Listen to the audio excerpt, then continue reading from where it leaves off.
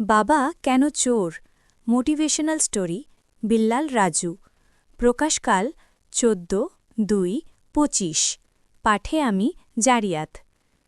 বন্ধুরা, পৃথিবীতে বহু বাবা পাবেন সন্তানদের জন্য চোর হয়ে গেছে, কিন্তু সন্তান বাবার জন্য চোর হয়ে গেছে এমনটা রেয়ার। আজকের গল্পটা তেমনই। এক ব্যবসায়ী ৪৫ বছরে বেশ ধনী হয়ে গেছে, প্রতি বছর ঘটা করে বার্থডে পালন করে। এবার সে ভাবল বাল্যবন্ধুদের নিয়ে করবে, তো কয়েকজন বন্ধুদের ইনভাইট করল। এর মধ্যে এক বন্ধু ব্যবসায় বড় মার খেয়েছেন, ভালো চাকরিও জোগাড় করতে পারেননি, দিনহীন অবস্থা, তো যেতেই চাচ্ছিল না। শেষে রাজি হল।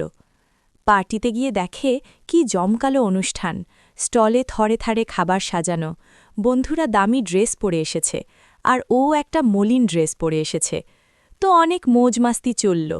রাত ৯টার দিকে কেক কাটতে গিয়ে দেখে তার হাতের ৪-৫ আঙুলের ৩ নাম্বার আঙুলের আংটিটি নেই।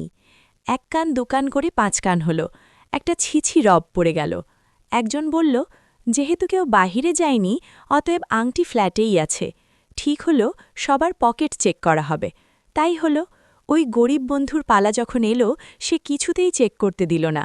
সবাই ছিছি করল, অপমান করল। রাত ১১টায় সবাই চলে গেল। রাত ১২টায় শুতে গিয়ে দেখে তার ব্লেজারের পকেটে আংটিটি পড়ে আছে। লজ্জায় লাল হয়ে গেল। আহা, বেচারাকে কি অপমান করা হয়েছে, অথচ কোনো প্রতিবাদ করেনি।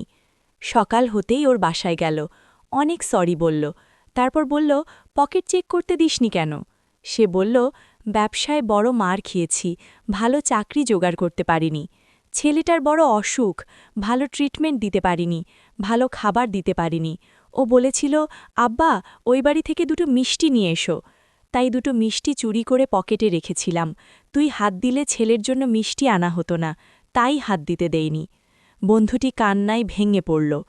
আমরা টাকা এইভাবে নষ্ট করি, আর ও 2টো মিষ্টির চোর। পরে বলল, আজ থেকে তোর ছেলের দেখভালের দায়িত্ব আমার। আল্লাহ পাক সবাইকে শুভ বুদ্ধি দান করুন, আমিন। বস, একটা লাইক শেয়ার সাবস্ক্রাইব আশা করতেই পারি নাকি?